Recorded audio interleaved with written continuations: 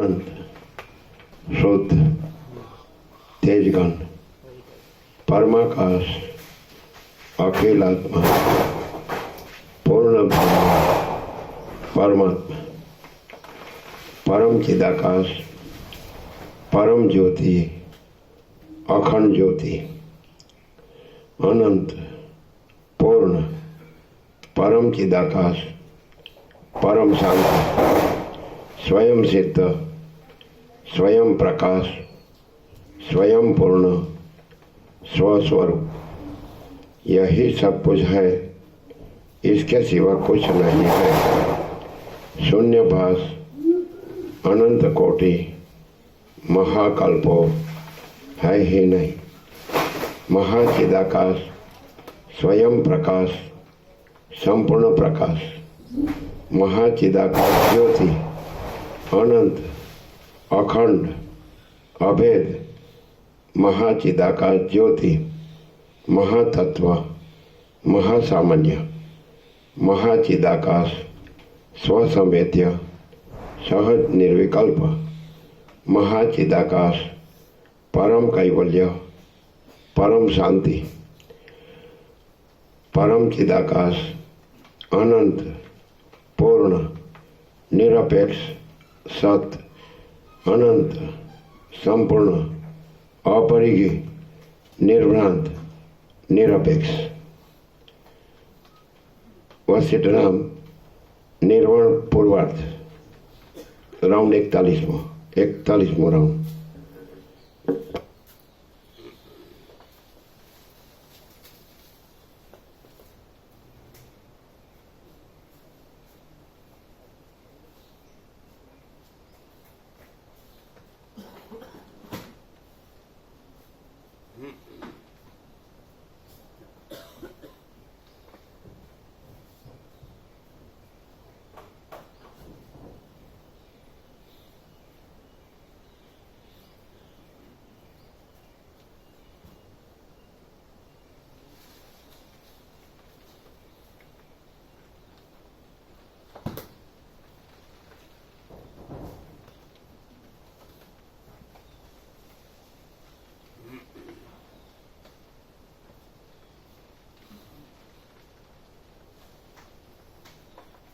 चुम्मालीसमो सरकार से 44मो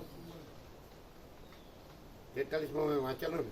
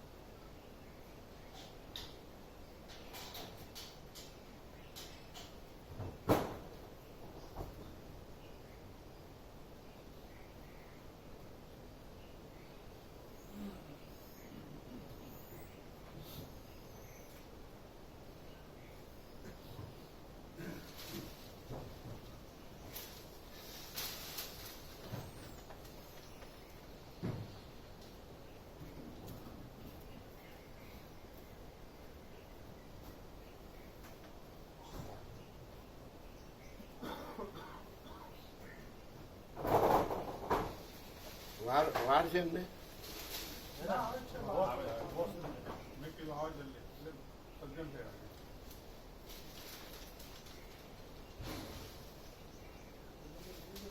વાર વાર થાય હોય તો તમે આવજો।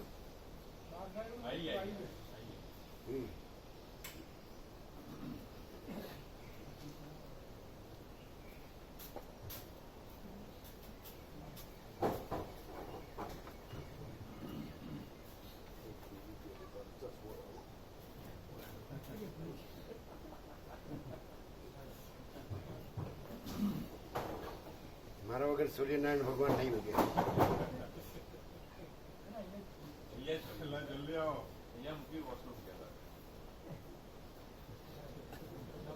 મારા વગર સૂર્યનારાયણ ભગવાન નહીં ઉગે.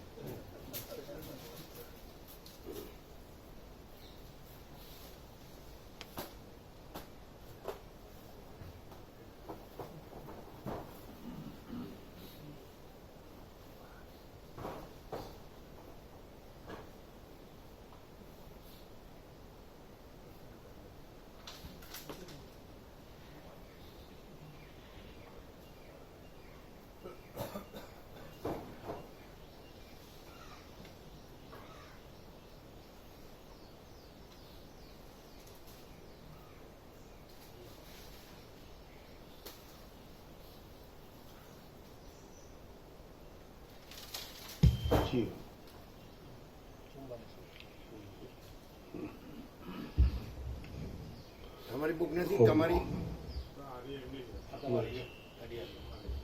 એમની બુક આપો. એમની બુક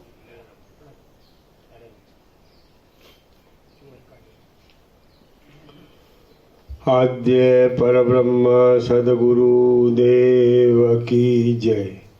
ઓમ શ્રી પરમાત્મને નમઃ. સદગ્રંથોમાં શિરોમણી શ્રી યોગ વાસિષ્ઠ મહારામાયણ નિર્વાણ પ્રકરણ પૂર્વાર્ધ સર્ગ 44મો જ્ઞાનની દ્રઢતાના ઉપાય. આ 44મા સર્ગમાં ઈચ્છાના ત્યાગથી માંડીને મનના ક્ષય પર્યંત આસક્તિના ક્ષયના જે ઉપાયો છે તે જ્ઞાનની દ્રઢતાને માટે કહેવામાં આવશે. આ 44મા સર્ગમાં ઈચ્છાના ત્યાગથી માંડીને મનના લય પર્યંત મનના ક્ષય પર્યંત આસક્તિના ક્ષયના જે ઉપાયો છે તે જ્ઞાનની દ્રઢતાને માટે કહેવામાં આવશે. વશિષ્ઠ બોલ્યા, હે રામચંદ્રજી, રાગાદિકથી રહિત ઇન્દ્રિયોની સાથે ચાલુ વિષયમાં જ રહેનારા પણ ભૂત ભવિષ્યનું ચિંતન નહીં કરનારા અને કરતાપણાના અભિમાન વગરના મનથી જે કરો છો તે કર્યું જ ન કહેવાય. વશિષ્ઠ બોલ્યા, હે રામચંદ્રજી, રાગાદિકથી રહિત ઇન્દ્રિયોની સાથે ચાલુ વિષયોમાં જ રહેનારા પણ ભૂત ભવિષ્યનું ચિંતન નહીં કરનારા અને કરતાપણાના અભિમાન વગરના મનથી જે કરો છો તે કર્યું જ ન કહેવાય. પ્રત્યેક વસ્તુ મળતાની સાથે જેવો સંતોષ આપે છે તેવો સંતોષ તે પછી આપતી નથી. એવો અનુભવ કોને નથી થયો? પ્રત્યેક વસ્તુ લાભના સમયમાં જેવો સંતોષ આપે છે તેવો સંતોષ બીજા સમયમાં આપતી નથી. એટલા માટે ક્ષણિક સુખ આપનારી વસ્તુમાં મૂર્ખ જ રાગ બાંધે, બીજો ન બાંધે. લાભના સમયમાં સંતોષ થાય છે તેનું કારણ પણ ઈચ્છાની સમાપ્તિ થઈ એ જ છે. સંતોષ પછી અસંતોષ તો છે જ. એટલા માટે વાંચનાને જ છોડી દો. કોઈ સમયે કાળના ફેરફારને લીધે તમને કોઈ વસ્તુની ઈચ્છા થાય તો પણ તમારે અહંભાવરૂપી કાદવમાં ફરીવાર ડૂબવું નહીં. હે રામચંદ્રજી, આત્મજ્ઞાનરૂપી પર્વતના શિખર ઉપર તમને શાંતિ મળી છે તો હવે અહંભાવરૂપી મોટા ખાડામાં પાછું પડવું ન જોઈએ. જેને પોતાના અખંડ સ્વરૂપનું સ્મરણ થયું હોય અને બ્રહ્મવેત્તાપણા રૂપ મેરુ પર્વતના શિખરમાં જેની સ્થિતિ થઈ હોય તેને માતાના ગર્ભાશય જેવા અહંભાવરૂપી પાતાળમાં પડવું સંભવે જ નહીં. તમારો સ્વભાવ સમતામય અને સત્યતામય જોવામાં આવે છે. તે ઉપરથી ધારું છું કે તમારા વિકલ્પો ક્ષીણ થઈ ગયા છે અને અવિદ્યા હણાઈ ગઈ છે. સૌમ્ય તથા પૂર્ણ સમુદ્ર જેવી તમારી નિર્મળ ક્ષમતા રામ સ્વરૂપમાં સ્થિતિ પામ્યા છે એમ મને જણાવે છે. હવે તમે આસક્તિ રહિત થઈને જીવો. નિરતિશય આનંદના લાભને લીધે તમારી નિરાશા બનો અને વિષયની ભાવના અભાવને પ્રાપ્ત થાઓ. તમે જે વસ્તુઓને દેખો તે વસ્તુઓમાં પરિપૂર્ણ ચૈતન્યગન પરબ્રહ્મ સત્તા સામાન્ય રૂપથી રહેલું છે એમ સમજો. ફરીથી. તમે જે વસ્તુઓને દેખો તે વસ્તુઓમાં પરિપૂર્ણ ચૈતન્યગન પરબ્રહ્મ સત્તા સામાન્ય રૂપથી રહેલું છે એમ સમજો. જો તમને સ્વરૂપનું અજ્ઞાન હોય તો બંધાયા છો, અને જ્ઞાન પ્રાપ્ત થયું હોય તો બંધાયા નથી. એટલા માટે મનનાદિની દ્રઢતાથી તમે પોતે જ પોતાના આત્માને જાણો. ભોગનું સુખ પ્રિય લાગે કે લાગે ન લાગે, ફરીથી. મનન. એટલા માટે મનનાદિની દ્રઢતાથી તમે પોતે જ પોતાના આત્માને જાણો.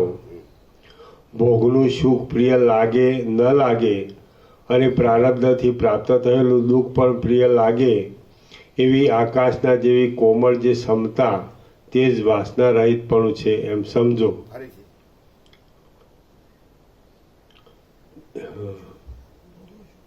ભોગનું સુખ પ્રિય લાગે ન લાગે, અને પ્રારબ્ધથી પ્રાપ્ત થયેલું દુઃખ પણ પ્રિય લાગે, એવી આકાશના જેવી કોમળ જે ક્ષમતા તે જ વાસના રહિતપણું છે એમ સમજો.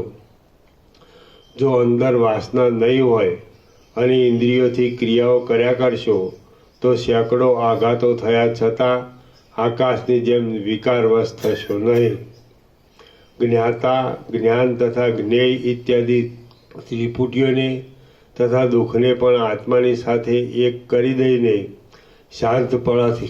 શાંતપણાથી અનુભવશો તો તમને ફરીવાર સંસારનો ફેરો થશે નહીં. સંસારનો ઉદય ચિત્તની ગતિથી છે, અને ચિત્તની ગતિ રોકાતા સંસારનો નાશ છે. એટલા માટે વાસના થતા પ્રાણને રોકી મનને ગતિ વગરનું કરી નાખો.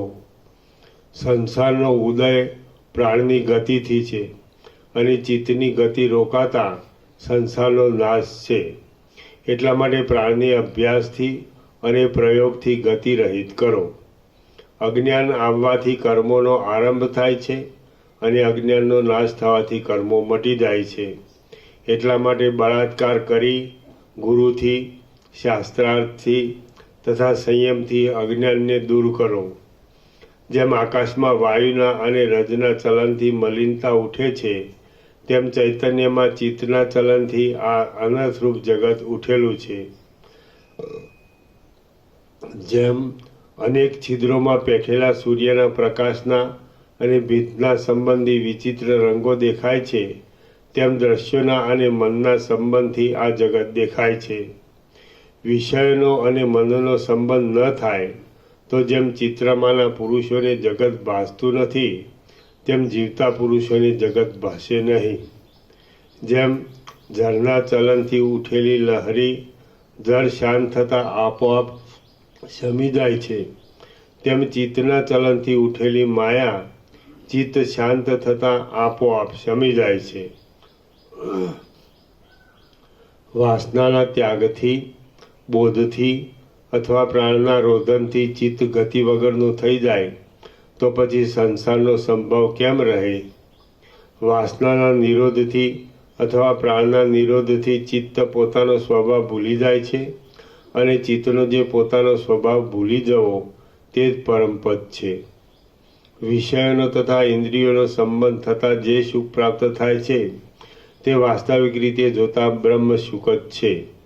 એવી બ્રહ્મદ્રષ્ટિથી જો સંપૂર્ણ જ્ઞાન થાય તો મનનો નાશ થયા વિના રહે જ નહીં. જેમાં ચિત્તનો ઉદય થતો નથી એવું અકૃત્રિમ બ્રહ્મસુખ જેમ નિર્જળ દેશમાં સરોવર મળવું સંભવતું નથી, તેમ સ્વર્ગાદિકમાં પણ મળવું સંભવતું નથી. હાનિ તથા લાભથી રહિત જે બ્રહ્માનંદ રૂપી અપાર સુખ ચિત્તમાં શાંત થવાથી પ્રાપ્ત થાય છે, તેનું વાણીથી વર્ણન કરી શકાય એમ નથી. એ સુખ ઉદય પણ પામતું નથી અને અસ્ત પણ પામતું નથી. બોધથી ચિત્તનો નાશ થાય છે અને ભ્રાંતિથી ચિત્તની પ્રતીતિ થાય છે.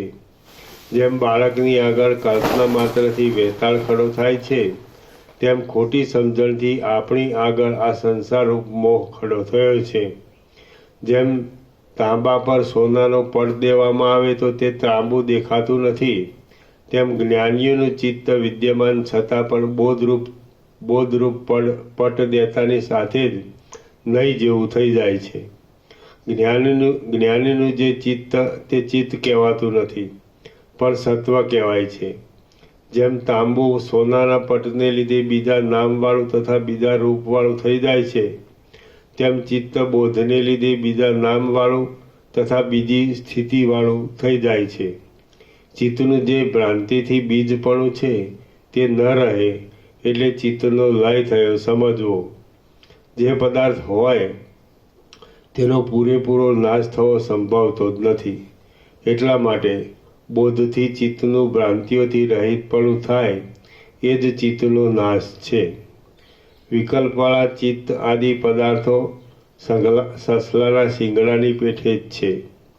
ચિત્ત આદિ સઘળા પદાર્થો આત્માના જ વિવર્ત છે, માટે આત્માના બોધથી લીન થઈ જાય છે.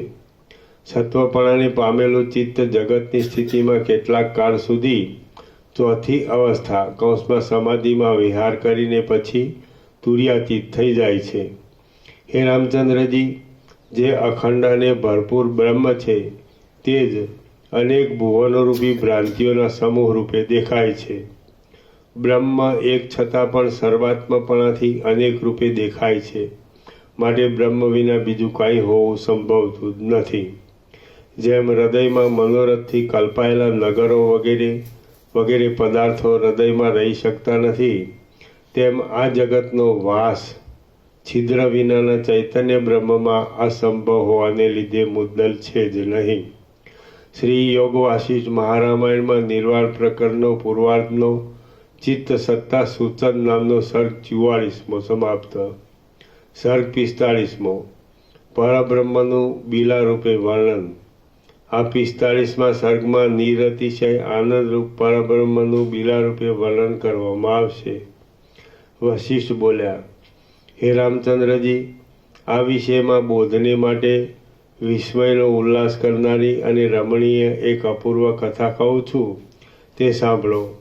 હજારો યોજનોના વિસ્તારવાળું, નિર્મળ, સ્પષ્ટ અને હજારો યુગો વીતવા છતાં પણ જે કદાપી પાકી જતું નથી એવું એક મોટું બીલું છે. એ બીલું અવિનાશી રસથી ભરેલું છે, અમૃત કરતાં પણ અધિક મધુર સારવાળું છે અને જૂનું છતાં પણ બાલચંદ્રની કળાના જેવી કોમળતાથી સુંદર છે. જેમાં મેરુ પર્વતનો પણ સમાવેશ થાય એવું છે, મંદરાજળ જેવું દ્રઢ છે અને મહાકલ્પાંતના વંટોળિયાના વેગથી પણ ચલિત થતું નથી. લાખો, કરોડો અને પરાર્ધો યોજનોથી પણ જેના વિસ્તારનું વર્ણન થઈ શકે નહીં એવું છે અને જગતની સ્થિતિના આદિ મૂળ રૂપ છે. જેમ પર્વતની આગળ રાયના કણો અત્યંત ઝીણા લાગે છે, તેમ એ બીલાની આગળ મોટા મોટા બ્રહ્માંડો અત્યંત ઝીણા લાગે છે. હે રામચંદ્રજી, ઝરતા રસથી ભરપૂર અને ભારે સ્વાદવાળા એ બીલાના રસના ચમત્કારથી બ્રહ્માંડની અંદરના કોઈ પણ રસનો ચમત્કાર અધિક થઈ શકે એમ નથી. એ બીલું એવા રસવાળું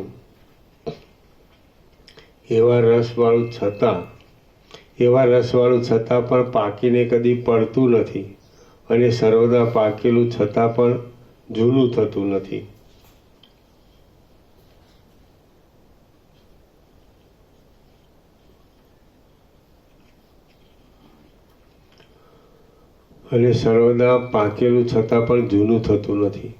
બ્રહ્મા, વિષ્ણુ, ઇન્દ્ર તથા રુદ્ર આદિ કોઈ વૃદ્ધ લોકો પણ એ બીલાની ઉત્પત્તિને, મૂળને કે ડીંટાને જાણતા નથી. આ મોટા આકારવાળા ફળના અંકુર, વૃક્ષ, પુષ્પો, થડ, મૂળિયા કે શાખાઓ એમાંનું કશું જોવામાં આવતું નથી.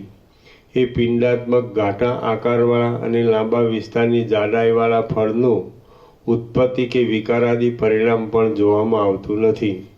સઘળા ફળોના સારરૂપ આ મોટા બીલામાં ઠળિયા તો છે જ નહીં. આ બીલાનો ગર્ભ વિશાળ છે, નિરંજન છે, નિર્વિકાર છે, પથ્થરની જેમ છિદ્રોથી રહિત છે, પૂનમના ચંદ્રબિંબની પેઠે તેમાંથી અમૃત ઝર્યા કરે છે. પોતાના અનુભવથી જણાય એવા રસને ઝર્યા કરે છે. સઘળા સુખોના ભંડારરૂપ છે. શીતળ પ્રકાશ આપનાર છે. પહાડ જેવો સ્થિર છે અને અમૃતના પિંડ જેવો છે. એ બિલામાં રહેતો ઉત્તમ ગર્ભ બિલાના ચમત્કારરૂપ છે. બિલાથી અન્ય નથી. બીજા પદાર્થોથી રહિત છે અને ત્રણેય પ્રકારની મર્યાદા વિનાનો છે. સઘળા પ્રકારના ભેદો જેનો વિવર છે એવી પોતાની સ્થિતિની વિલક્ષણતાને નહીં છોડતા, સૂક્ષ્મથી પણ સૂક્ષ્મતાવાળા, સ્થૂળથી પણ સ્થૂળતાવાળા અને પુરાતન છતાં પણ વિકાર વગરના એ ગર્ભે આ હું છું એવી કલ્પનાથી મિથ્યાભૂત અવિદ્યારૂપ મળને જગતરૂપે ઉત્પન્ન કરીને આ અજ્ઞાનમૂલક ભેદાદિની ભાવના કરી છે. એ ગર્ભ હું છું એવા અહંકારનો ઉદય થતાં તરત જ આકાશાદી ભૂતોથી તથા શબ્દાદી તન્માત્રાઓથી ગોઠવાયેલા બ્રહ્માંડો રૂપ પરમાણુઓથી વ્યાપ્ત થયો છે. પોતાના જૂના રહેઠાણને નહીં છોડતા છતાં પણ તે ગર્ભ આવા અનુક્રમથી વ્યવહારમાં સમર્થ થયેલ છે. ચપળ રૂપવાળી તે ગર્ભની વ્યવહાર શક્તિએ નિર્વિકાર સ્વરૂપમાં જ આવા પ્રકારનો જગતરૂપ દેખાવ ફેલાવ્યો છે કે જે દેખાવ આ અપાર આકાશ છે, આ કાળ છે, આ નિયમ છે, આ ચલનરૂપ ક્રિયા છે, આ સંકલ્પનો વિસ્તાર છે, આ જુદી જુદી દિશાઓ છે, આ રાગદ્વેષ છે, આ ત્યાજ્ય છે, આ ગ્રાહ્ય છે, આ તુંપણું છે, આ હુંપણું છે, આ તેપણું છે, આ ઊંચે રહેલા સ્વર્ગાદિક લોકોનો સમૂહ છે, આ નીચે રહેલા પાતાલાદિક લોકોનો સમૂહ છે, આ આગળ છે, આ પડખામાં છે, આ પાછળ છે, આ સમીપ છે, આ અતિ દૂર છે, આ ભૂત છે, આ વર્તમાન છે, આ ભવિષ્ય છે, આ અંદર રહેલી ઘણી ઘણી કલ્પનારૂપી કમળોના સરોવરરૂપ અને મોટા મોટા દેવતાઓના ક્રીડા મંડળરૂપ બ્રહ્માંડ મંડળ છે. આ અનંત કલ્પનાઓ રૂપી રચનાના રહસ્યથી ચારે બાજુ વિસ્તાર પામેલી અને વિષ્ણુના હૃદય કમળની દાંડીરૂપ લોકોની હાર છે. આ સર્વ સ્થળમાં રહેલા મહારુદ્રના ગણોથી પૂરાયેલા કોતરોવાળી અને જેમાં તારાઓ ખરવાના સમયમાં ભારે પ્રકાશ થઈ રહે છે એવી લાંબી આકાશની સ્થિતિ છે. આ ઉત્તર દિશામાં જગતરૂપી કમળની દાંડીરૂપ અને ચંદ્રરૂપી ચળકતા અમૃતમય રસમાં લંપડતા ધરાવનારા દેવરૂપી ભ્રમરોવાળો મેરુ પર્વત છે. આ રજોગણથી થતા નરકોથી તથા દુઃખોથી જામેલા મૂળવાળા જગતરૂપી જૂના વૃક્ષના ઊંચા સુગંધવાળી પુષ્પોની મંજરી જેવો સ્વર્ગલોક છે. અને આ તારારૂપી કેસરોવાળું બ્રહ્મરૂપી મહાસાગરના કિનારામાં રહેલું તથા જેનો ક્યાંય છેડો જ દેખાતો નથી એવું આકાશરૂપી સરોવર છે. આ કર્મોરૂપી જુડોવાળું માસ તથા ઋતુ આદિરૂપ ચપળ તરંગોવાળું જન્મમરણરૂપ ચકરીઓમાં રહેલા ઘણા ઘણા પ્રાણીઓવાળું સઘળી વસ્તુઓના આયુષ્યના માપને આપનારું ક્ષણ તથા કલ્પ આદિરૂપ પાંદડાવાળું સૂર્ય તથા ચંદ્ર આદિરૂપ કેસરોવાળું અને આકાશરૂપી કમળવાળું કાળરૂપી સરોવર છે. આ જન્મ તથા વૃદ્ધિ આદિ વિકારોથી ભરેલી જન્મમરણરૂપ વિસૂચિકા કોલેરા છે. અને આ વિદ્યા તથા અવિદ્યાના વિલાસોથી ભરેલા શાસ્ત્રાર્થો છે. આ રીતે તે બિલાના પોતાના ગર્ભનો ચમત્કાર જ સંકલ્પોની તે સ્થિતિની અંદર આવા પ્રકારોના દેખાવવાળો થયો છે. અપવાદની દ્રષ્ટિથી જોતા બ્રહ્મચૈતન્ય શાંત છે, સ્વસ્થ છે, સઘળા પ્રકારના બાધોથી રહિત છે, સૌમ્ય છે અને ભાવના વગરનું છે. તે બ્રહ્મચૈતન્ય સંકલ્પથી કરતાપણું અને સંકલ્પના અભાવથી અકર્તાપણું ધરાવે છે. એ ચૈતન્ય શક્તિ એક જ છતાં અનેક જેવી જણાય છે.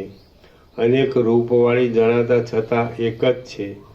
જ્યાં જોઈએ ત્યાં એની એ જ છે, સત્ય છે, અખંડ છે, સંપૂર્ણ શાંતિથી ભરપૂર રૂપવાળી છે, સર્માત્મક છે અને અત્યંત મોટી છે. શ્રી યોગ વાસિષ્ઠ મહારામાયણમાં નિર્વાણ પ્રકરણના પૂર્વાર્ધનો બિલ્વોપાખ્યાન નામનો સર્ગ 45મો સમાપ્ત. સર્ગ 46મો બ્રહ્મનું શિલારૂપે વર્ણન. આ 46મા સર્ગમાં બ્રહ્મ કે જે પ્રપંચના આભાસવાળું હોવાથી કારીગરે કલ્પેલા કમળના સમૂહોથી શોભી રહેલા શિલાના ઉદર જેવું છે તેનું વર્ણન કરવામાં આવશે. રામ બોલ્યા, હે સઘળા સારને જાણનાર, હે ગુરુ મહારાજ, જે અપાર ચૈતન્યગણ બ્રહ્માની સત્તા છે તેને જ આપે આ બીલા રૂપે કહી એમ હું ધારું છું. બ્રહ્મ નહીં, બ્રહ્મ.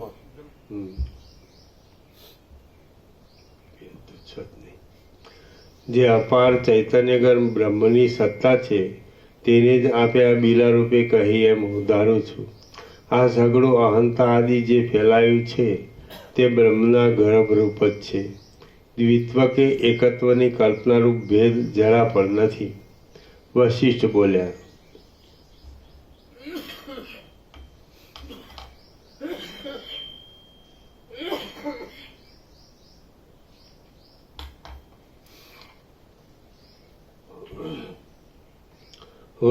બોલ્યા, જેવી રીતે બ્રહ્માંડ રૂપી કોળાનો મેરુ ઇત્યાદિ ગર્ભ છે તેમ આ બ્રહ્માંડ આદિ સઘળું બ્રહ્મરૂપ બીલાનો ગર્ભ છે. જેમ બીલાનું ખોખું ગર્ભના આધારરૂપ છે તેમ બ્રહ્મ જગતના આધારરૂપ છે એમ સમજવું નહીં. તેમ બ્રહ્મા લખેલું છે. તેમ બ્રહ્મા જેમ બીલાનું ખોખું ગર્ભના આધારરૂપ છે તેમ બ્રહ્મા જગતના આધારરૂપ છે એમ સમજવું નહીં. બ્રહ્મ બ્રહ્મ.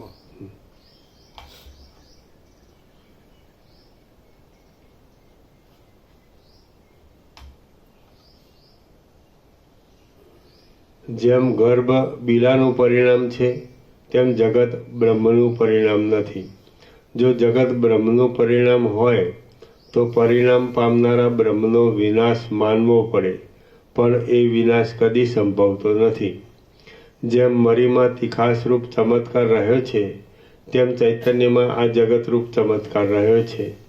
પથ્થરની અંદર કમળવનની જેમ બ્રહ્મની અંદર આ જગત રહેલ છે. માટે જગતની સ્થિતિ સુષુપ્તિ જેવી શાંત જ છે. હે ચંદ્ર સરખા મુખવાળા રામચંદ્રજી, આ વિષયમાં વિચિત્ર વિસ્મય આપનારી અને રમણીય એક બીજી કથા કહું છું, તે સાંભળો. કોઈ સ્થળમાં સ્નિગ્ધ, સ્પષ્ટ, કોમળ સ્પર્શવાળી, મોટા વિસ્તારવાળી, ઘાટી અને કદી પણ ક્ષોભ નહીં પામેલી મોટી શિલા છે. જેમ સરોવરમાં ખીલેલા ઘણા સુંદર કમળો હોય છે તેમ તે શિલાની અંદર રમણીય તથા ખીલેલા ઘણા કમળો છે કે જેઓની સંખ્યા પણ ગણી શકાતી નથી. એ સઘળા કમળો એકબીજામાં પરોવાયેલા પાંદડાવાળા છે, પરસ્પરથી જુદા છે, પરસ્પરની સાથે લાગેલા છે, છાના પણ છે અને પ્રકટ પણ છે. એ કમળોમાં કેટલાક કમળો નીચા મુખોવાળા છે, કેટલાક ઊંચા મુખોવાળા છે અને કેટલાક આડા મુખોવાળા છે. એ કમળો એના નીચે ઠાંચ છે, માનસિક કલ્પના દ્રષ્ટિથી વિપરીત પણ થાય છે તે ઉપરથી કહે છે. એ કમળો પરસ્પરને મળેલા મૂળવાળા પણ છે, પરસ્પરમાં પરોવાયેલા મુખોવાળા પણ છે, દાંડીઓના ઝાડોની અંદર મૂળવાળા પણ છે, મૂળની અંદર દાંડીવાળા પણ છે, ઊંચા મોઢાવાળા છે, નીચા મોઢાવાળા છે અને કેટલાક મૂળ વગરના છે. એ કમળોની સમીપમાં કમળોની કળીના જેવી રચનાવાળા સેંકડો તથા હજારો શંખો છે અને કમળ જેવી રચનાવાળા તથા મોટા આકારવાળા ચક્રોના સમૂહ છે. રામ બોલ્યા, સાચી વાત છે. એવી શિલા થાય છે ખરી. વિષ્ણુના ધામરૂપ શાલિગ્રામ નામના ક્ષેત્રમાં કમળવનના લક્ષણવાળી એવી મોટી શિલા મેં જોયેલી છે. વશિષ્ઠ બોલ્યા, તમે એવી શિલા જોયેલી છે તેનું તમને બરાબર સ્મરણ છે. મેં જે મોટી શિલા કહી તે એ જ હશે એમ તમે જાણો છો. પરંતુ મેં તો આ અપૂર્વ શિલા તમારી પાસે કહી છે કે જે શિલાના મોટા ગર્ભની અંદર સઘળું જગત છે. સઘળું જગત છે પણ ખરું અને નથી પણ ખરું. અખંડ, પ્રાણના પણ પ્રાણરૂપ, સર્વ સ્થળમાં સમાન અને અંતરાય રહિત જે ચૈતન્યરૂપ શિલા છે તે મેં તમને કહી છે કે જે શિલાની અંદર સઘળા બ્રહ્માંડો રહ્યા છે.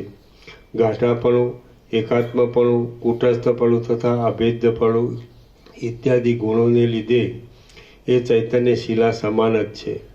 જો કે એ શિલા અત્યંત ઘાટા અંગોવાળી છે ને છિદ્રોથી અત્યંત રહિત છે, આકૃતિવાળી છે, તો પણ જેમ આકાશની અંદર મોટો પવન રહ્યો છે તેમ તે શિલાની અંદર જગતનો સમૂહ રહ્યો છે. સ્વર્ગ, પૃથ્વી, વાયુ, આકાશ, પર્વતો, નદીઓ અને દિશાઓ તે શિલાની અંદર છે. તે છતાં તેમાં છિદ્ર જરા પણ નથી. એ શિલામાં ઘાટા અંગોવાળું આ જગતરૂપી કમળ પ્રકાશે છે. એ જગત અન્ય જેવું જણાતા છતાં પણ વાસ્તવિક રીતે અન્ય નથી અને શુદ્ધ ચિદાત્મક પણ નથી, પરંતુ માયા જ છે. જેમ શિલામાં કારીગરના મનની કલ્પનાથી શંખ તથા કમળ આદિ ચિત્ર આલેખાય છે, તેમ જીવના મનની કલ્પનાથી એ શિલામાં ભૂત, ભવિષ્ય તથા વર્તમાન જગત આલેખાયેલું છે.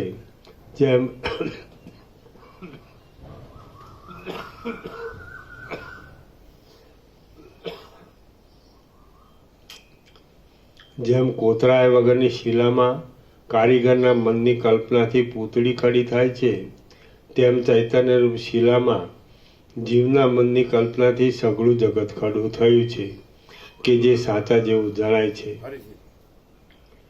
જેમ કોતરાય વગરની શિલામાં કારીગરના મનની કલ્પનાથી પૂતળી ખડી થાય છે, તેમ ચૈતન્યરૂપ શિલામાં જીવના મનની કલ્પનાથી સઘળું જગત ખડું થયું છે કે જે સાચા જેવું જણાય છે. જેમ દીવાની અંદર કારીગરના મનની કલ્પનાથી ખડો થયેલો કમળ વગેરે આકાર અનેક અવયવવાળો છતાં પણ એકરૂપ જ છે, તેમ ચૈતન્યમાં જીવના મનની કલ્પનાથી ખડો થયેલો આ જગતરૂપી આકાર અનેક અવયવવાળો છતાં પણ એકરૂપ જ છે.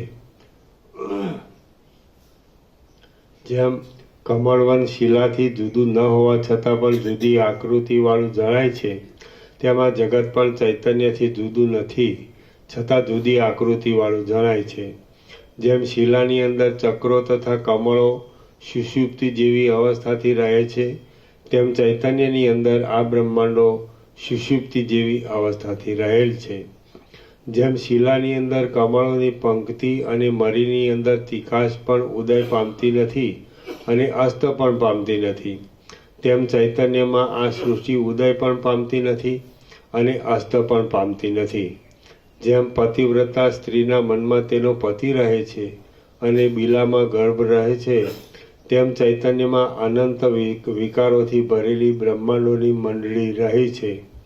બ્રહ્માંડો ચૈતન્ય માત્ર જ છે એમ કહ્યું તો પછી બ્રહ્માંડોની અંદરના શરીરો વગેરે ચૈતન્ય માત્ર જ છે એમ કહેવાની જરૂર રહેતી નથી. જેમ જળમાં જળનું બિંદુ જળ માત્ર જ થઈ જાય છે, તેમ બ્રહ્માંડો ચૈતન્ય માત્ર જણાતા બ્રહ્માંડના અવયવો ચૈતન્ય માત્ર થઈ જ જાય છે. ચૈતન્ય અંત વગરનું હોવાને લીધે તેમાં સઘળા વિકારો વગેરેનો સમાવેશ થાય છે. જગત નામ માત્રથી જ ઉત્પન્ન થયું છે, માટે નામના લયથી લય પામે છે. જે કાંઈ આ વિકારો વગેરે જોવામાં આવે છે તે બ્રહ્મ જ છે. વિકારાદિનો ત્યાગ પણ બ્રહ્મા જ છે. પદાર્થનો ત્યાગ અને પદાર્થનો અત્યાગ એ પણ બ્રહ્મ જ છે. વિકારાદિક બ્રહ્મમાં જ રહ્યું છે, બ્રહ્મરૂપે ઉત્પન્ન થયું છે અને તેની ઉત્પત્તિનો ક્રમ પણ બ્રહ્મ છે. બ્રહ્મમાં બીજો પદાર્થ તો ઝાંઝવાના પાણી જેવો જ છે એમ સમજો. જેમ પુષ્પો તથા ફળો વગેરે સઘળું અન્ય રૂપ નથી પણ બીજરૂપ જ છે અને બીજની અંદર જ છે, તેમાં જગત અન્ય રૂપ નથી પણ બ્રહ્મરૂપ છે અને બ્રહ્મની અંદર જ છે. જેમ અંકુરાદિ પૂર્વ વિકારોમાં રહેલી બીજની સત્તા જ ડાળીઓમાં તથા પાંદડામાં રહે છે, તેમ પૂર્વ કારણોમાં રહેલી બ્રહ્મની સત્તા ઉત્તરોત્તર પદાર્થોમાં પ્રાપ્ત થાય છે. માટે ત્રૈલોક્યનો ક્રમ બ્રહ્મરૂપ જ છે. બ્રહ્મનું અને જગતનું જે દ્વિત્વ દેખાય છે તે એકત્વ જ છે, કેમ કે એકત્વ ન હોય તો બંનેને હાનિ પહોંચે છે. જગતની ઉત્પત્તિ બ્રહ્મમાં જડપણાની કલ્પનાને આધીન છે, પણ બ્રહ્મ તો કદી પણ જડ સ્વભાવવાળું હોવું સંભવતું નથી. ચૈતન્યરૂપ બ્રહ્મ અને જડરૂપ જગત કદી પણ બે પદાર્થ નથી, કેમ કે જે જડ છે તે ચૈતન્યમાં કલ્પિત છે. જેમ મોટી શિલાની અંદર કારીગરના મનની કલ્પનાથી કમળવન વગેરે અનેક ભેદો થાય છે અને ફળમાં ગર્ભ આદિ ભેદ થાય છે, તેમ ઘાટા ચૈતન્ય રૂપ બ્રહ્મમાં ત્રૈલોક્ય રૂપ ભેદ થયો છે. આથી જગત બ્રહ્મથી અન્ય જેવું દેખાવા છતાં પણ અન્ય નથી. જેમ રેખાઓથી તથા ઉપરેખાઓથી વ્યાપ્ત થયેલી મોટી શિલા વાસ્તવિક રીતે એક જ છે, તેમ ત્રૈલોક્યથી વ્યાપ્ત થઈ રહેલું બ્રહ્મ વાસ્તવિક રીતે એક જ છે. જેમ શિલાની અંદર કમળવન વગેરે અસ્ત પણ પામતું નથી અને ઉદય પણ પામતું નથી, પરંતુ સર્વદા સુષુપ્ત જ છે, તેમ બ્રહ્મની અંદર અહંતા વગેરે જગત અસ્ત પણ પામતું નથી અને ઉદય પણ પામતું નથી, પરંતુ સર્વદા સુષુપ્ત જ છે. જેમ શિલાની અંદર કમળ વગેરે રેખાઓ શિલાથી જુદી પડતી નથી પણ શિલારૂપ જ છે, તેમ બ્રહ્મની અંદર જીવપણું, ઈશ્વરપણું, કર્તાપણું અને જગત એ સગળું બ્રહ્મથી જુદું પડતું નથી પણ જગતરૂપ પણ બ્રહ્મરૂપ છે. જેમ શિલાની અંદર કમળોના ચલન અચલન, પ્રગટ થવું અને નાશ થવો વગેરે શિલાના તત્વનું દર્શન થતાં કદી પણ દેખાતા નથી, તેમ બ્રહ્મની અંદર જીવ તથા ઈશ્વર વગેરે જગતના કર્તાઓ બ્રહ્મના તત્વનું દર્શન થતાં કદી પણ દેખાતા નથી. જોકે આ જગત ઉત્પત્તિ તથા સ્થિતિ આદિ વિલાસોવાળું જોવામાં આવે છે, તો પણ વાસ્તવિક રીતે પર્વતની પેઠે નિર્વિકાર હોવાને લીધે કદી પણ ઉત્પન્ન પણ થતું નથી અને કદી નષ્ટ પણ થતું નથી.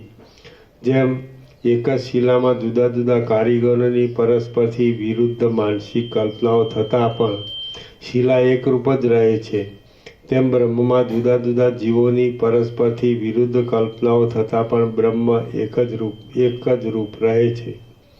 બ્રહ્મમાં જ્યાં જેવો આકાર કલ્પવામાં આવે ત્યાં તેવો આકાર પ્રતીત થાય છે. એટલા માટે જે કાંઈ છે તે સગળું બ્રહ્મની સત્તારૂપ જ છે અને સુષુપ્તિની પેઠે જ રહેલ છે. અનેક પદાર્થોના વિકારોથી ભરેલો જે આ જગતરૂપી મોટો આડંબર જોવામાં આવે છે, તે શિલાની અંદરના કમળો વગેરેની જેમ કેવળ વાસના માત્ર જ છે એમ સમજો. આ જગતનો વિલાસ સર્વદા વાસના માત્ર જ છે, કેમ કે વાસ્તવિક રીતે જોતાં શાંત, ભરપૂર તથા ચૈતન્યગન પરમાત્મા રૂપ જ છે. જેમ શિલાની અંદર કલ્પાયેલા મિથ્યાભૂત કમળો કદી પણ સાચી સ્થિતિ મેળવતા નથી, તેમ બ્રહ્મની અંદર કલ્પાયેલી સૃષ્ટિ આદિ મિથ્યાભૂત દશાઓ કદી પણ પોતાની અલગ હાલતને પ્રાપ્ત થતી નથી. શ્રી યોગ વાસિષ્ઠ મહારામાયણમાં નિર્વાણ પ્રકરણના પૂર્વાર્ધનો શિલાકોશોપદેશ નામનો સર્ગ 46મો સમાપ્ત. સર્ગ 47મો. આ 47મા સર્ગમાં જેમ મોરના ઈંડાના રસમાં પિત્ત આદિ ભેદ રહ્યા છે, તેમ બ્રહ્મમાં જગત આદિ ભેદ રહ્યા છે એવા પ્રકારનું તાત્પર્ય કહેવામાં આવશે. બ્રહ્મમાં જગત આદિ ભેદનું નિરૂપણ. વશિષ્ઠ બોલ્યા, ચૈતન્ય તત્વ જ્યાં સુધી પોતાના સ્વરૂપને ભૂલી જાય છે ત્યાં સુધી તેમાં સૃષ્ટિ હોય છે એમ જણાવવા માટે બિલાનું દ્રષ્ટાંત આપ્યું છે. ચૈતન્યનું જાણે બીજા પ્રકારનું સ્વપ્ન હોય એવા ક્રમથી કલ્પાયેલી પોતાની સત્તાની ગોઠવણથી આ સૃષ્ટિ ચૈતન્યમાં રહેલી છે, માટે ચૈતન્યની પારમાર્થિક સત્તા છે અને સૃષ્ટિની પ્રાતિભાષિક સત્તા છે. તેથી ચૈતન્યમાં કોઈ જાતનો સ્વગત ભેદ નથી. દેશ, કાળ અને ક્રિયાઓ વગેરે પણ ચૈતન્યમાં જ છે, માટે ચૈતન્યમાં આ અન્ય છે અને આ અન્ય નથી એમ કહેવું ઘટતું નથી. સઘળા શબ્દોના અર્થો, તેઓની વાસનાઓ અને તેઓથી થતી વિકલ્પરૂપ કલ્પનાઓ તેઓને જાણનાર ત્રણેય અવસ્થાઓમાં એકરૂપ હોવાથી સત્ય છે, માટે તેના જોવામાં આવતું આ જગત અત્યંત અસત છે એમ પણ કેમ કહી શકાય. જેમ બિલાની અંદર રહેલો ગર્ભ આદિ આકાર નામ માત્રથી જુદો છે પણ વાસ્તવિક રીતે જુદો નથી, તેમ ચૈતન્યમાં ચૈતન્યની સત્તાથી રહેલું આ જગત નામ માત્રથી જુદું છે પણ વાસ્તવિક રીતે જુદું નથી. જેમ ફળની અંદર રહેલી ફળની જ ગર્ભાદિક રૂપ સત્તા એક છતાં પણ અનેક જેવી ભાસે છે અને વિકારવાળી નહીં હોવા છતાં પણ વિકૃત જેવી ભાસે છે, તેમ ચૈતન્યની અંદર રહેલી ચૈતન્યની જગતરૂપ સત્તા એક છતાં અનેક જેવી ભાસે છે અને વિકારવાળી નહીં હોવા છતાં વિકૃત જેવી ભાસે છે. જેમ અરીસામાં દેખાતું નગર સાચા નગરથી જુદું નહીં છતાં પણ જુદા જેવું પ્રતીત થાય છે, તેમ બ્રહ્મમાં રહેલું જગત બ્રહ્મથી જુદું નહીં છતાં પણ જુદા જેવું પ્રતીત થાય છે. માટે શિલાની અંદર કારીગરના મનથી કલ્પાયેલા કમળવનનું દ્રષ્ટાંત આપ્યું છે. જેમ ચિંતામણીમાં જુદા જુદા વિચારવાળા લોકોના મનોરથરૂપી કરોડો ફળોનો સારી રીતે સમાવેશ છે, તેમ પરમ ચૈતન્યરૂપ મણીમાં જીવની કલ્પનાથી કલ્પાયેલા કરોડો જગત રહેલા છે. ચૈતન્યના ગર્ભમાં જ કોતરાયેલા જેવું આ વિસ્તીર્ણ જગતરૂપી મોતી ચૈતન્યરૂપી દાબડામાં જ જાણે તેથી જુદું હોય તેવું પ્રકાશે છે. જેમ સૂર્ય પોતાનું સ્વરૂપ પ્રકટ કરીને દિવસને દેખાડે છે અને પોતાનું સ્વરૂપ ઢાંકી દઈને રાત્રિને દેખાડે છે, તેમ ચૈતન્યરૂપી સૂર્ય પોતાના સ્વરૂપના ઢંકાવાથી જગતના ભાવને દેખાડે છે અને પોતાના સ્વરૂપને પ્રકટ થવાથી જગતના અભાવને દેખાડે છે. જેમ સમુદ્રના ગર્ભમાં ચક્રી તથા તરંગો આદિ ગતિના ભેદો સમુદ્ર માત્ર છતાં જુદા જેવા જ પ્રતીત થાય છે. સરસ્વતી આવ્યા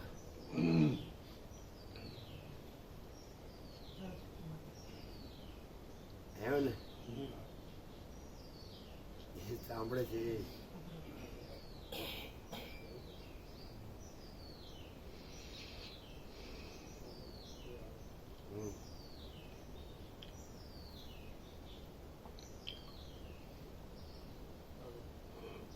ચૈતન્યનું ગર્ભ કે જે જગત હોય ત્યારે પણ હોય છે અને જગત ન હોય ત્યારે પણ હોય છે, તે સત્ય છે અને જગતનું મૂળ તત્વ પણ એ જ છે. માટે જગત બ્રહ્મમય છે એમ પણ કહેવાય અને તે બ્રહ્મ જ છે એમ પણ કહેવાય. જેમ શિલાના ઉદરથી જુદો પાડીએ તો કમળવન આદિ શબ્દોનો અર્થ મુદ્દલ છે જ નહીં, તેમ ચૈતન્યથી જુદું પાડીએ તો જગત મુદ્દલ છે જ નહીં. જેમ શિલાના ઉદર ઉપર દ્રષ્ટિ ન કરીએ તો કમળવન આદિ શબ્દોનો અર્થ અનેક અવયવવાળો છે, તેમ ચૈતન્ય ઉપર દ્રષ્ટિ ન કરીએ તો જગત શબ્દનો અર્થ અનેક અવયવવાળો છે. એટલા માટે જગત ચૈતન્યમય છે અને અદ્વિતીય છે. જેમ કમળવન અનેક વિભાગોવાળું છતાં પણ શિલાના ઉદરરૂપે વિભાગો વગરનું છે, તેમાં જગત અનેક વિભાગોવાળું દેખાતા છતાં પણ ચૈતન્યના ગર્ભરૂપે વિભાગો વગરનું જ છે. જેમ ઝાંઝવાનું જળ મૃગોની દ્રષ્ટિથી નિર્મળ જળના સમૂહરૂપ છે અને વિદ્વાનોની દ્રષ્ટિથી તે સૂર્યના તડકારૂપ જ છે, તેમ આ જગત અજ્ઞાનીઓની દ્રષ્ટિથી દ્વૈતરૂપ છે અને જ્ઞાનીઓની દ્રષ્ટિથી તો બ્રહ્મ જ છે. જેમ ઝાંઝવાના પાણીમાં પડેલો તડકો સાચો હોવા છતાં મિથ્યા જળ જેવો દેખાય છે, તેમ સત્ય બ્રહ્મરૂપ તમે મિથ્યા દેહરૂપ ભાસો છો. વાસ્તવિક રીતે તમે દેહાદિકરૂપ નથી જ. જેમ સમુદ્રનું ભરપૂર ઉદર ચલનથી રહિત છતાં પણ તેનું જળ પ્રવાહી હોવાથી તે ગતિ કરતો હોય તેમ લાગે છે, તેમ ચૈતન્યનો ગર્ભ કલ્પનાથી રહિત છતાં પણ કલ્પનાવાળા જેવો જણાય છે. જેમ શિલાની અંદર કારીગરના મનથી કલ્પાયેલા શંખોનો તથા કમળોનો સમૂહ શિલામય છતાં પણ જ્યાં સુધી શિલા ન ઓળખાય ત્યાં સુધી શિલામય નથી, તેમ ચૈતન્યની અંદર જીવના મનથી કલ્પાયેલું આ સગળું જગત ચૈતન્યમય છતાં પણ જ્યાં સુધી ચૈતન્યનું જ્ઞાન ન હોય ત્યાં સુધી ચૈતન્ય સ્વરૂપ નથી. જેમ શિલાના ગર્ભની અંદર કમળવન રહે છે, તેમ બ્રહ્મરૂપ શિલાની અંદર રહેલું આ ઘાટું જગત પણ બ્રહ્મ દ્રષ્ટિથી જોતા અખંડ છે, અદ્વૈત છે, સ્વચ્છ છે, જન્મથી રહિત છે અને કમળવનની જેમ શાંત જ છે. જેમ શરદ ઋતુનો તડકો જગતને પ્રકાશ આપે છે, તેમ નિર્મળ બ્રહ્મ આ જગતને પ્રકાશ આપે છે. અને જેમ અમૃતના પ્રવાહથી ભરેલો સૌમ્ય ચંદ્ર સ્ફુરે છે, તેમ બ્રહ્મ જગત રૂપે સ્ફુરે છે. બ્રહ્મા સુષુપ્તની પેઠે રહેલું આ જગત શિલામાં કારીગરના મનથી કલ્પાયેલા કમળની જેમ અબાધિતપણાથી રહેતું નથી અખંડ દ્રષ્ટિથી જોઈએ તો જેમ બ્રહ્મમાં બ્રહ્મપણું છે તેમજ બ્રહ્મમાં આ જગત પણ છે. જેમ તરુ ને વૃક્ષ એ બે શબ્દોના અર્થમાં ભેદ નથી, તેમ જગત અને બ્રહ્મ એ બે શબ્દોના અર્થમાં ભેદ નથી. જે આ સઘળા બ્રહ્માંડો છે તેઓ ચૈતન્યથી જુદા નથી. જેમ ચૈતન્યના જન્મ મરણ વગેરે કદી પણ નથી, તેમ જગતના જન્મ મરણ વગેરે કદી પણ નથી. જેમ મરુભૂમિમાં પડતો તાપ જ જળ રૂપે દેખાય છે, તેમ બ્રહ્મ જ જગત રૂપે પ્રતીત થાય છે. જેમ વિચાર દ્રષ્ટિથી જોતાં જાજવાનું પાણી તડકારૂપ થઈ જાય છે, તેમ વિચાર દ્રષ્ટિથી જોતાં જગત શુદ્ધ બ્રહ્મરૂપ થઈ જાય છે. જેમ કરા વગેરે પદાર્થના વિભાગો કરતાં જળરૂપ થઈ જાય છે, ખડ છોડ આદિ ચિત્ત આદિ અને સઘળું જગત પણ ઉત્તરોત્તર વિભાગ દ્રષ્ટિથી જોતાં બ્રહ્મરૂપ જ થઈ જાય છે. મેરુ તથા તૃણ આદિ જે પંચીકૃત પદાર્થો છે તે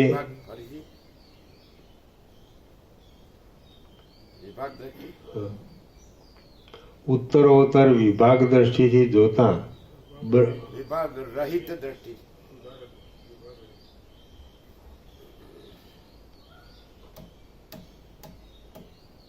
વિભાગ રહિત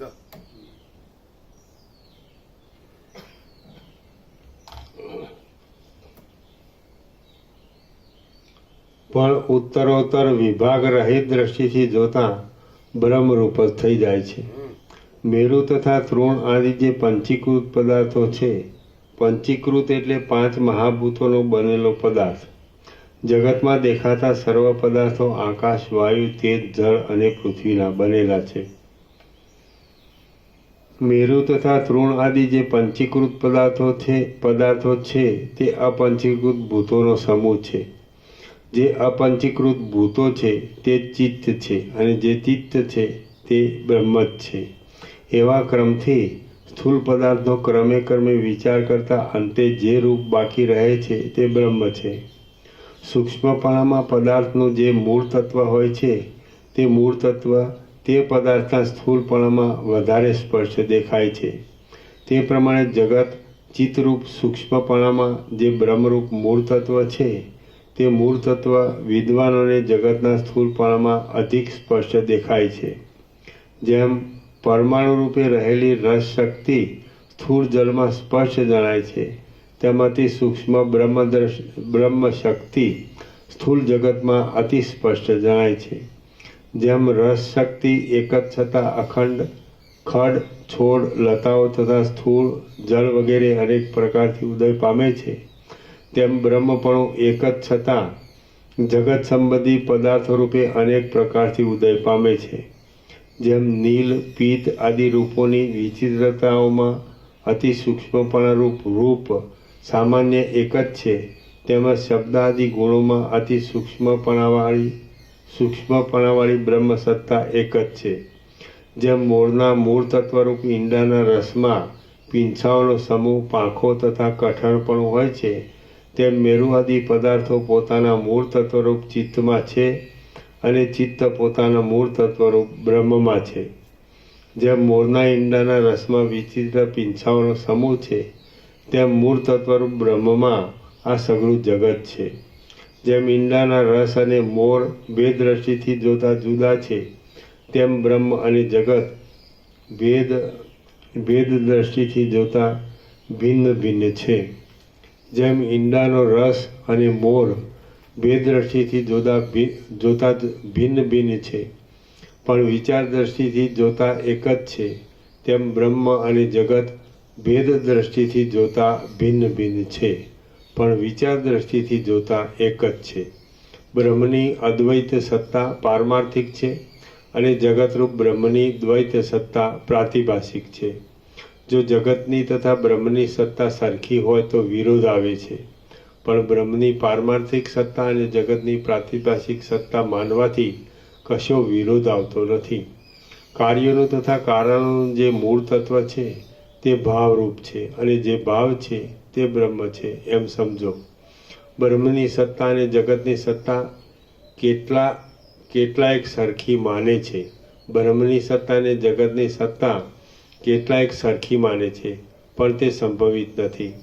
જેવો ઈંડાના રસને અને મોરને સંબંધ છે, તેવો ચૈતન્ય અને જગતને સંબંધ છે. જેમ મોરમાં ઈંડાનો રસ સરખી રીતે રહ્યો છે, તેમ જગતમાં ચૈતન્ય સરખી રીતે વ્યાપીને રહેલું છે. જેમ ઈંડાના રસમાં મોર લીન છે, તેમ ચૈતન્યમાં જગત લીન છે, એમ વિચારો. અનેક પ્રકારના પદાર્થોના ભ્રમરૂપી પીંછાઓથી પૂર્ણ આદિ ચૈતન્યરૂપી ઈંડાનો રસ જગતરૂપી મયુરને ઉત્પન્ન કરે છે. માટે જગતરૂપી મયુરનું જે રૂપ છે તે કાંઈ જ નથી, પણ જે ચૈતન્યરૂપી ઈંડાના રસનું રૂપ જ છે.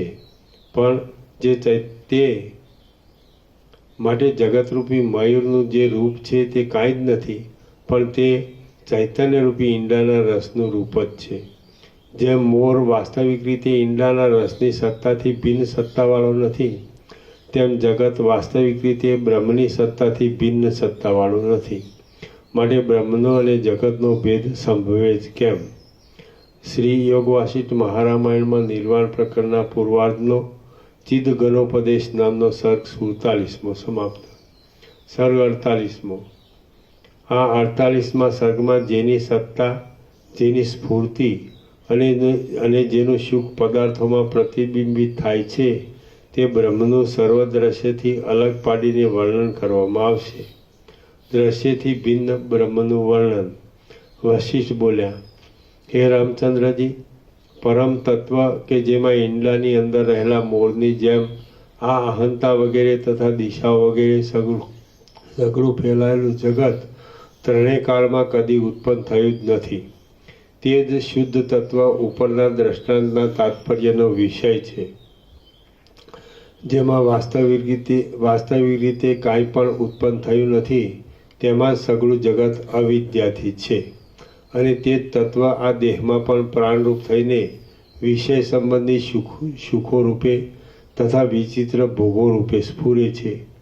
વિષય સુખોના અનુભવના બળથી અનુમાન કરી લેવું કે તે સઘળા સુખોનો આધાર એક કેવળ પૂર્ણ આનંદ છે. મુનિઓ, દેવતાઓ, ગણો, સિદ્ધો તથા મહર્ષિઓ પોતાના તે સ્વરૂપભૂત નિરતિશય આનંદનો સ્વાદ લેતા સર્વદા તુરીયપદ સમાધિમાં રહે છે. એ સુખ સર્વ લોકોના અનુભવમાં નથી આવતું. તેનું કારણ દ્રશ્યોનો તથા દર્શનોની આસક્તિ અને પ્રાણના ચલનથી થયેલો વિક્ષેપ છે. એ આસક્તિ અને વિક્ષેપને ટાળવા માટે યોગીઓ નાસિકાની ટોચ પર દ્રષ્ટિને રોકી રાખે છે અને પ્રાણના નિરોધમાં તત્પર રહે છે. જેઓને વ્યવહારોમાં રહેતા છતાં પણ બાહ્ય વિષયોના સત્યપણાની ભાવના જરા પણ રહેતી નથી, જેઓ દ્રશ્યોના તથા દર્શનોના સંબંધના ત્યાગરૂપ સમાધિમાં રહે છે, અને જેમ ચિત્રમાં આલેખેલા માણસોના પ્રાણ કે મન ચલિત થતા નથી, તેમ જેમના પ્રાણ કે મન ચલિત થતા નથી, તેઓ જેમાં મનના તથા દર્શનના સંબંધોનો ત્યાગ છે, એવા અતિશય મોટા આનંદ ભૂમાનંદ રૂપ પદમાં તુલ્યપણાથી રહે છે. જેમ ઈશ્વર અંદર સર્વદા સ્વરૂપાનંદમાં સ્થિર રહે છે અને બહાર માયાથી જગતની વ્યવસ્થાનું પાલન કરે છે, તેમ બ્રહ્મવેત્તા પુરુષો અંદર બ્રહ્માકાર અખંડ વૃત્તિ રાખે છે અને બહાર ચિત્તના તથા દ્રશ્યોના ચલનથી વ્યવહારની સ્થિતિને પણ રાખે છે. જેમ ઈશ્વર અંદર સર્વદા સ્વરૂપાનંદમાં સ્થિર રહે છે અને બહાર માયાથી જગતની વ્યવસ્થાનું પાલન કરે છે, તેમ બ્રહ્મવેત્તા પુરુષો અંદર બ્રહ્માકાર અખંડ વૃત્તિ રાખે છે અને બહાર ચિત્તના તથા દ્રશ્યોના ચલનથી વ્યવહારની સ્થિતિને પણ રાખે છે. જેમ ચંદ્રના સ્વચ્છ કિરણો પાંદડાને આનંદ આપે છે, તેમ બ્રહ્મવેત્તાઓને વ્યવહારમાં દ્રશ્યોના તથા દર્શનોના સંગમરૂપ ત્રિપુટીમાં પણ પ્રગટ થતો નિરતિશય આનંદરૂપ આત્મા આહલાદ આપે છે. જેમ ચંદ્રના સ્વચ્છ કિરણો પાંદડાને આનંદ આપે છે, તેમ બ્રહ્મવેત્તાઓને વ્યવહારમાં દ્રશ્યોના તથા દર્શનોના સંગમરૂપ ત્રિપુટીમાં પણ પ્રગટ થતો નિરતિશય આનંદરૂપ આત્મા આહલાદ આપે છે, માટે તેઓને સઘળો વ્યવહાર સુખકર લાગે છે. એ લોકોને અંદર સ્વરૂપનું સુખ તો સદાને માટે કાયમ જ હોય છે. બિંબથી દૂર ગયેલા અને ભીંત ઉપર નહીં પડેલા ચંદ્રના તેજનું જેવું નિર્વિક્ષેપ રૂપ છે, તેવું શુદ્ધ તત્વનું નિર્વિક્ષેપ રૂપ છે. બિંબથી દૂર ગયેલા અને ભીંત ઉપર નહીં પડેલા ચંદ્રના તેજનું જેવું નિર્વિક્ષેપ રૂપ છે, તેવું શુદ્ધ તત્વનું નિર્વિક્ષેપ રૂપ છે. એ આત્મતત્વ દ્રશ્ય પણ નથી, ઉપદેશને લાયક પણ નથી, અત્યંત સમીપ પણ નથી, દૂર પણ નથી, પરંતુ કેવળ અનુભવથી પ્રાપ્ત થાય એવું શુદ્ધ ચૈતન્ય રૂપ છે. એ આત્મતત્વ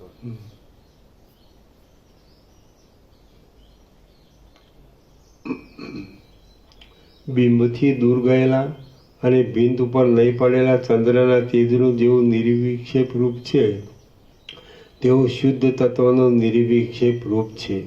એ આત્મતત્વ દ્રશ્ય પણ નથી, ઉપદેશને લાયક પણ નથી, અત્યંત સમીપ પણ નથી, દૂર પણ નથી, પરંતુ કેવળ અનુભવથી પ્રાપ્ત થાય એવું શુદ્ધ ચૈતન્ય રૂપ છે. હે રામચંદ્રજી, દેહ, ઇન્દ્રિય, પ્રાણ, ચિત્ત, વાસના, જીવ, ચલન, દ્રશ્ય, જગત, કાર્ય, કારણ, મધ્ય, શૂન્ય, અશૂન્ય, દેશ, કાળ અને વસ્તુ વગેરે કંઈ કહેતા કંઈ પણ નથી. જે કાંઈ છે તે બ્રહ્મ જ છે, બીજું કાંઈ નથી. આત્મપદ દેહાદિ સઘળી ઉપાધિઓથી રહિત છે અને હૃદયના સેંકડો કોષોથી પણ રહિત છે. હૃદયમાં જેના હોવાથી જ આ સઘળું દ્રશ્ય સ્ફુરે છે, તે જ આત્મપદ છે.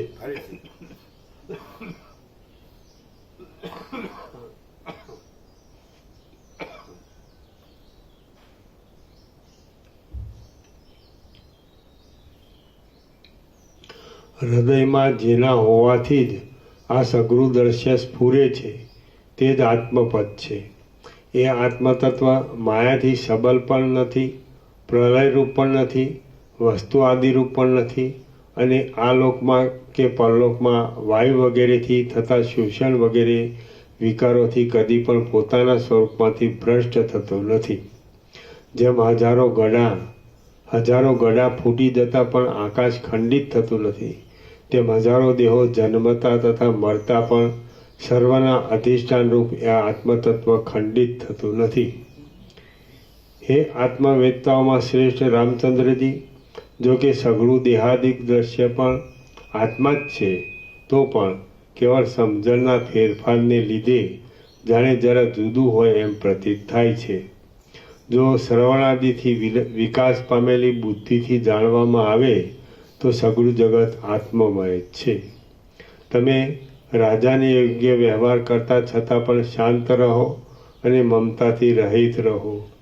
જે કાંઈ આ સ્થાવર જંગમ જગત જોવામાં આવે છે, તે સઘળું બ્રહ્મ જ છે, કે જે બ્રહ્મ ધર્મોથી રહિત છે, ગુણોથી રહિત છે, નિર્મળ છે, નિર્વિકાર છે, આદિથી તથા અંતથી રહિત છે, નિત્ય છે, શાંત છે અને સમ છે.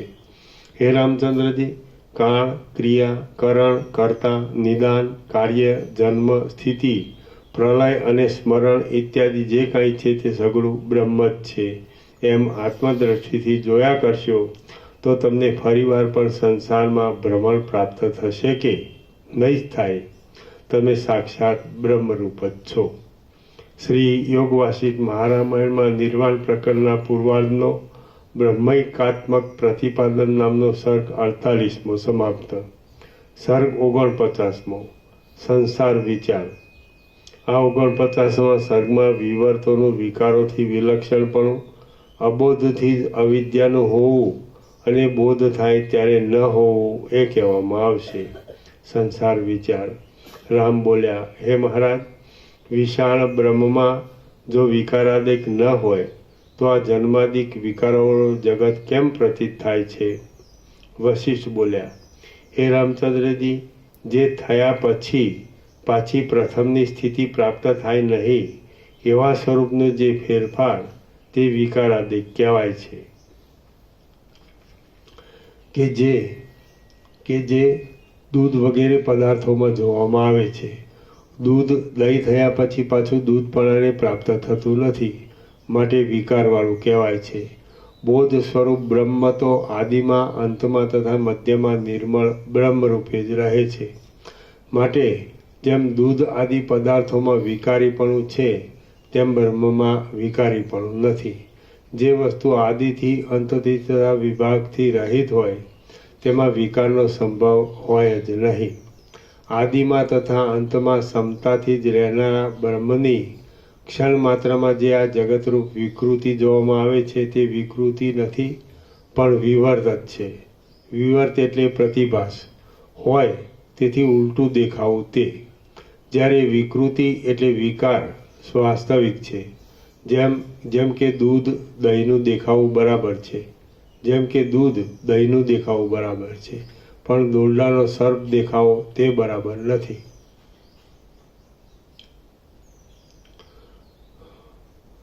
આદિમાં તથા અંતમાં સમતાથી જ રહેનાર બ્રહ્મની ક્ષણ માત્રામાં જે આ જગતરૂપ વિકૃતિ જોવામાં આવે છે તે વિકૃતિ નથી, પણ વિવર્ત જ છે. કેમ કે નિર્વિકારમાં વિકૃતિ સંભવે જ નહીં.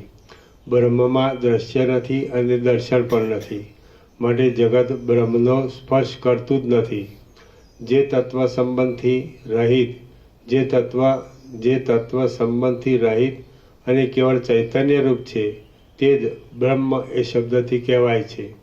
જે વસ્તુ આદિમાં તથા અંતમાં મૂળ સ્થિતિથી જ રહેતી હોય તે વસ્તુ નિર્વિકાર જ કહેવાય છે.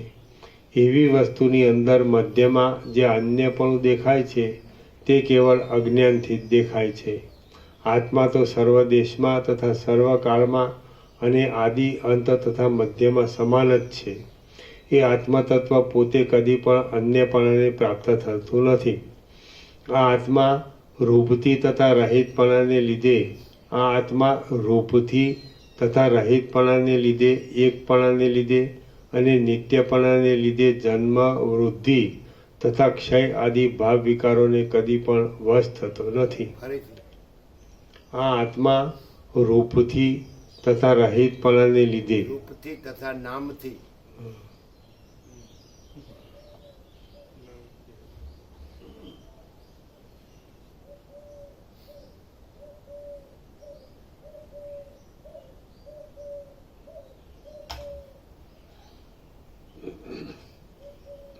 આ આત્મા રૂપથી તથા નામથી રહિતપણાને લીધે, એકપણાને લીધે અને નિત્યપણાને લીધે જન્મ, વૃદ્ધિ તથા ક્ષય આદિ ભાવ વિકારોને કદી વશ પણ થતો નથી. રામ બોલ્યા, અત્યંત નિર્મળ બ્રહ્મ સર્વદા એક રૂપે જ રહેલું હોય તો તેમાં તેથી વિરુદ્ધ સ્વભાવવાળી અવિદ્યાની પ્રાપ્તિ કેમ સંભવે કે જેથી જગતરૂપ વિવર્ત થાય? વશિષ્ઠ બોલ્યા, હે રામચંદ્રજી, આ સર્વ જગત બ્રહ્મ જ હતું, બ્રહ્મ જ છે અને બ્રહ્મ જ હશે. કે જે બ્રહ્મ નિર્વિકાર છે અને આદિથી તથા અંતથી રહિત છે. અવિદ્યા મુદ્દલ છે જ નહીં એવો સિદ્ધાંત છે. બ્રહ્મ ઇત્યાદિ નામો આપીને વાચ્યનો તથા વાચકનો જે ક્રમ બાંધવામાં આવે છે તે પણ ઉપદેશને માટે કલ્પિત જ છે. માટે તેથી કોઈ જાતનું દ્વૈત થાય છે એમ સમજવું નહીં. તમે, હું, જગત, દિશાઓ, સ્વર્ગ, પૃથ્વી અને અગ્નિ વગેરે જે કાંઈ છે તે સગળું આદિથી અંત તથા અંતથી રહિત બ્રહ્મ છે. તે સગળું આદિથી અંત તથા અંતથી રહિત બ્રહ્મ છે. એક જ વખત આદિથી તથા અંતથી બે વખત અંત ન આવે.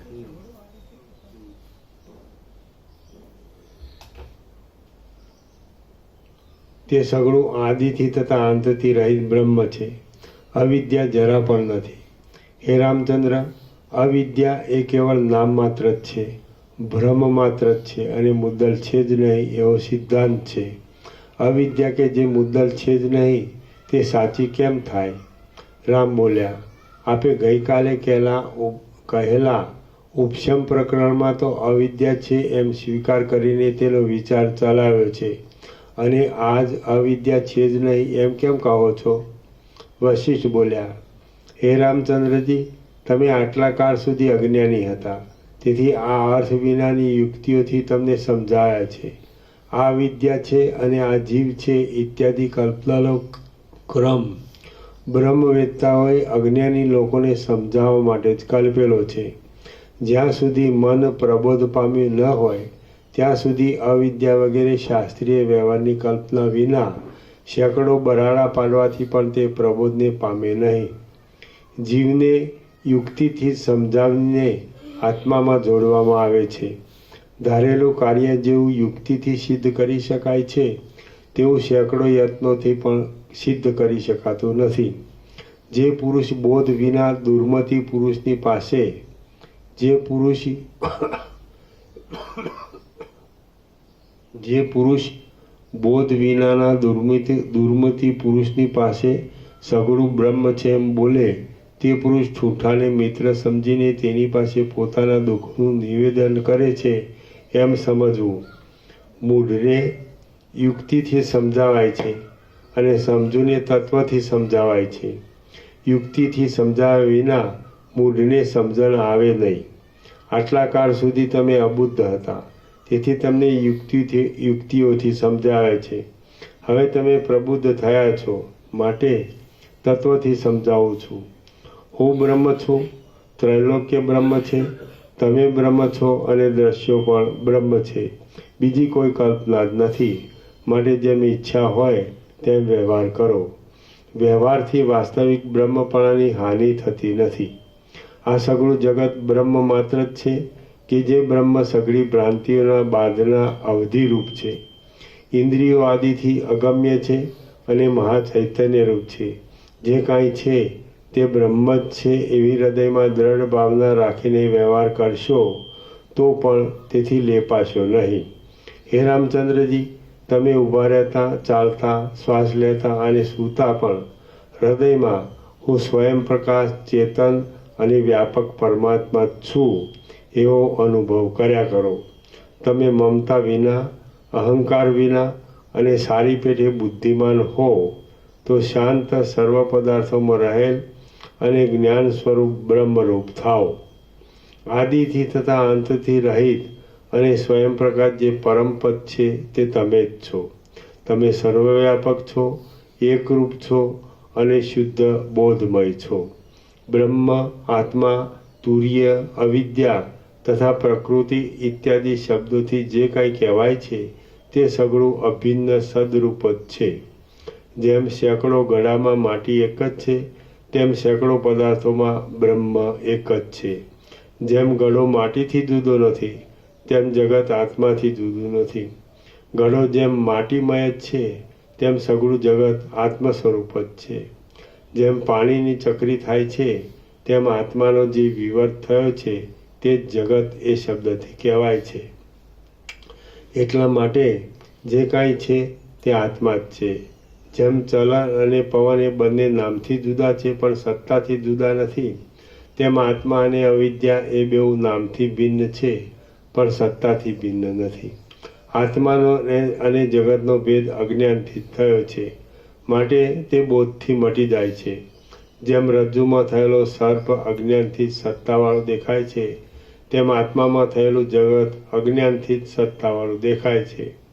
ચૈતન્યરૂપ ક્ષેત્રમાં કલ્પનારૂપ જે બીજ પડ્યું છે તેથી ચિત્તરૂપી અંકુર થાય છે અને તે અંકુરમાંથી સંસારરૂપી વનખંડ ઉત્પન્ન થાય છે.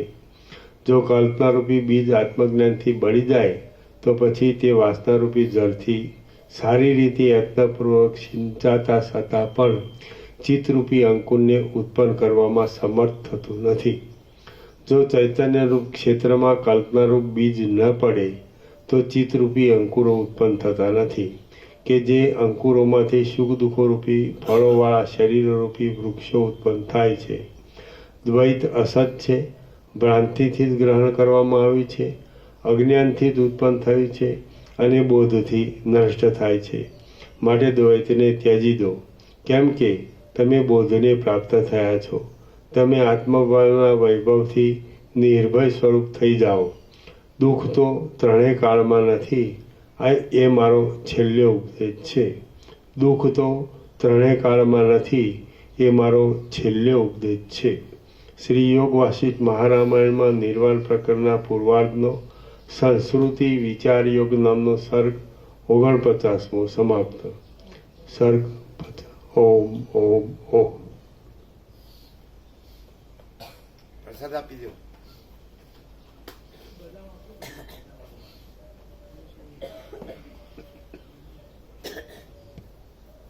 પેલા આપી દેજો, પેલા આ લોકોને બદામ ને પેલું પ્રભાવના ને બધું ભેગું કરી દો. બે હતી ને બે કોથળીઓ.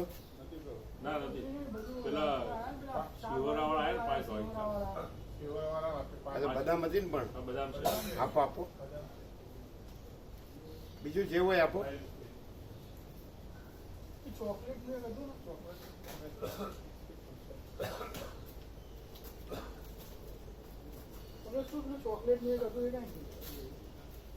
આપો આપો.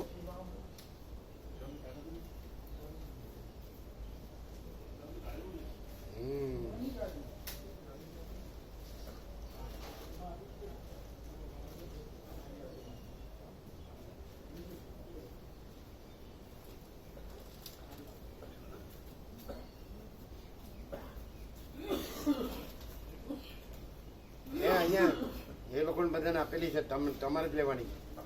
જે આવ્યા એને જ.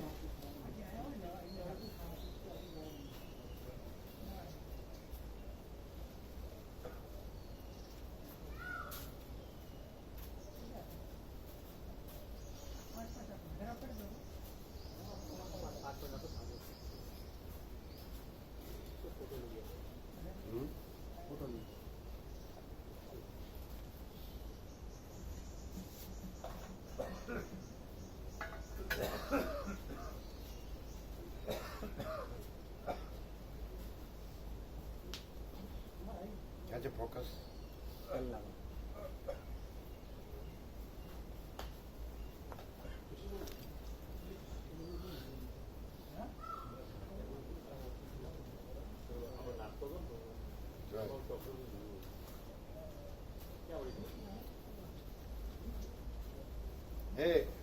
ક્યાં ગયા?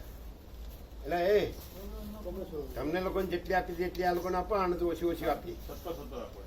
હા તો પછી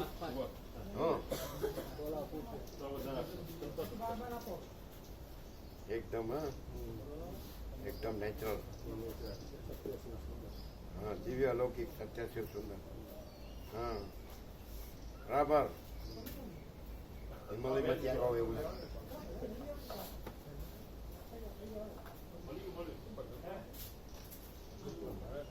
એ લોકોએ 17 લીધી હતી. એ લોકોને 17 આપો. હા આપણને બધું યાદ ન રહે ને.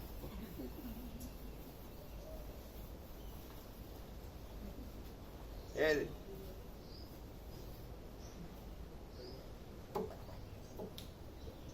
પેલા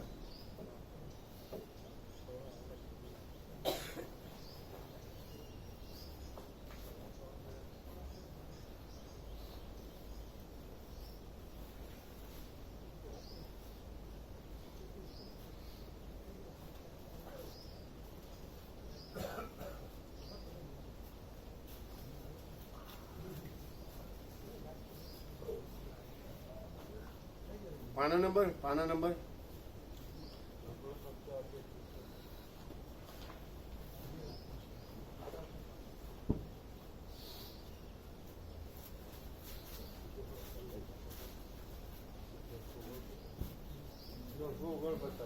એટલે 49 પસાર પૂર્ણ થયો ને.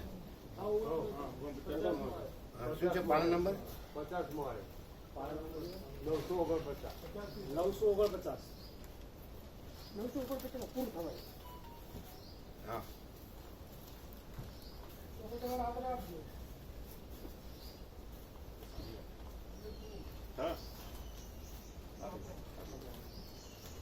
આ તો બધાને આપવાની છે.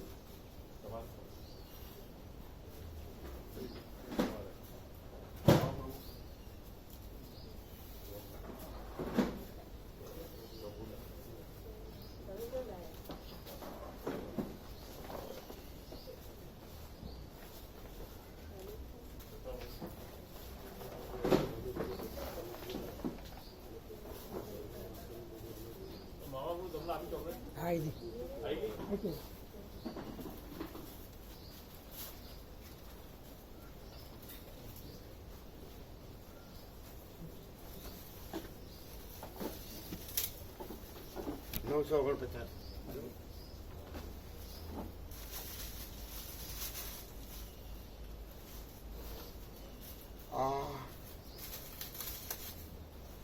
જાણે ફોકસ કર્યું હે સૂર્યનારાયણ ભગવાને ફોકસ કર્યું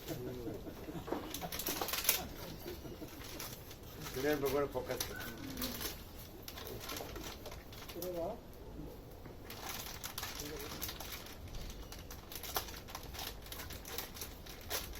આનંદ પ્રભુ શું કહે છે ખબર એ તો ગોઠવાઈને ઉભા રહ્યા છે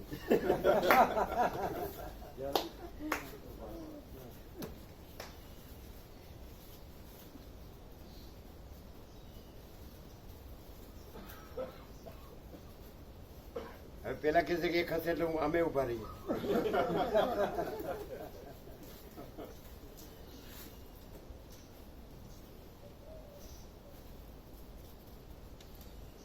કેમ રહ્યું બધા આવ્યા હતા એમને હા શું કીધું એમ ભગવાનના સંપૂર્ણ દર્શન થયા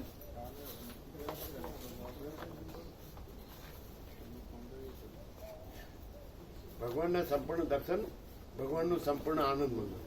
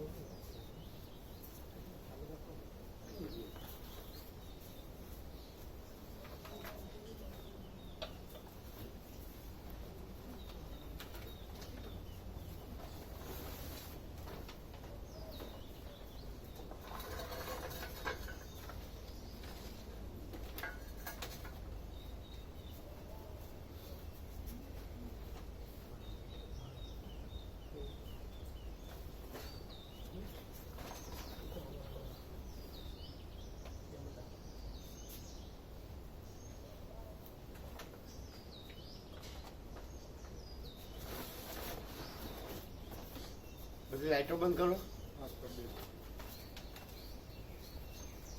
બહારની બધી બંધ કરી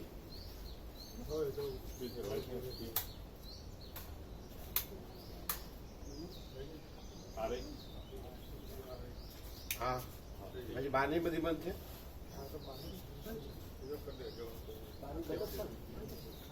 જોઈ લેજો બંધ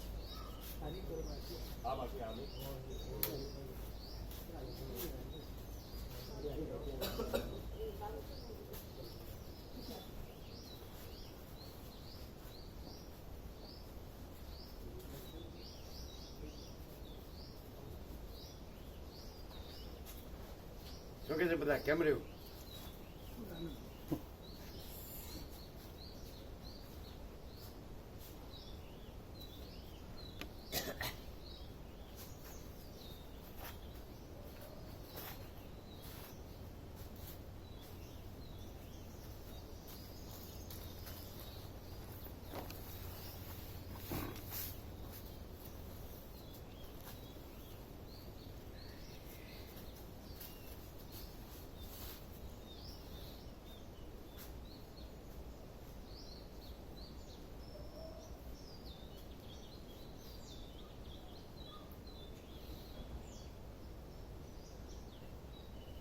હા પેલું કવર ચડાવી દે કઈ હારું